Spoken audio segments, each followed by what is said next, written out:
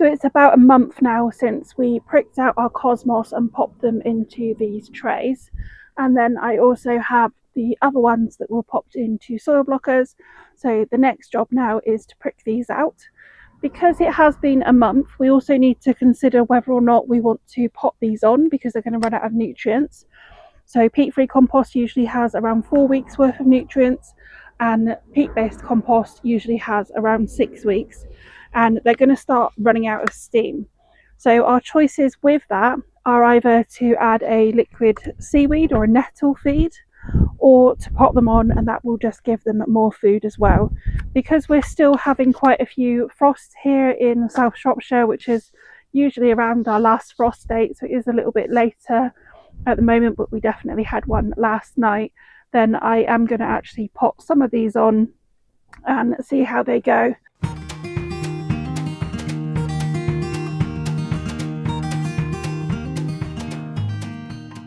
So if I give the seed tray a little bit of a squeeze, you can see that these are reasonably well rooted, but they definitely also have a little bit more space. Hence, I'd be willing to give them a seaweed feed. And I don't have too much issues with slugs and snails, so I could pop them out at a smaller size. The first thing we're going to look at is actually pinching them out.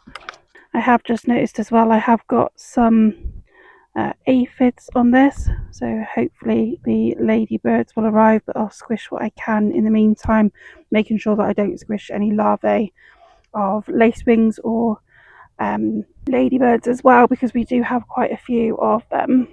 So the soil blocker is bigger, they always are for some reason, but what you can see, these are the seed leaves, and then we've got the true leaves further up. Then you can see some true leaves coming either side.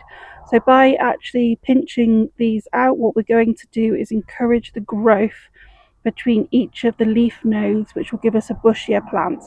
And as well as a bushier plant, what we will also get then is thinner stems to be able to cut for cut flowers rather than one really thick stem.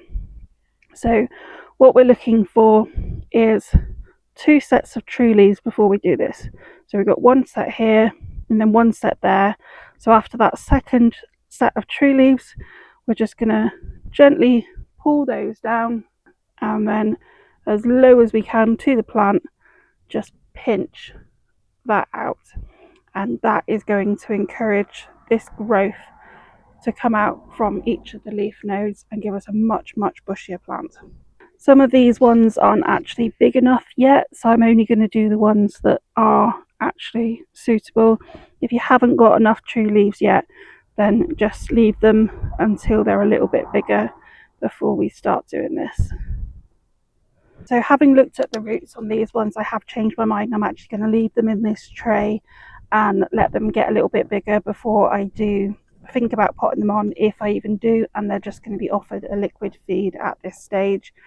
I do have a couple of additional things growing in the compost, so that's a tomato and a couple of extra cosmos that have germinated, so I'm just going to remove them because I don't want them competing with the main ones that are in the tray and using that feed basically. And then for these ones, I am happy that they're large enough now to go up to the next size, so I'm just going to form some soil blocks around these. Now we can also start looking at hardening these off at this stage. If you're pretty close to your last frost date like I am, then we should be getting these out reasonably soon, unless you have a lot of issue with slugs and snails, in which case you might want to get them considerably larger before they actually do go into their final place. If you have repotted these, then it is going to be really helpful to give them a day or two to recover. If it's really hot sunshine at the moment, then pop them underneath one of your benches or somewhere where there's a little bit of shade, just because they can sulk after being potted on.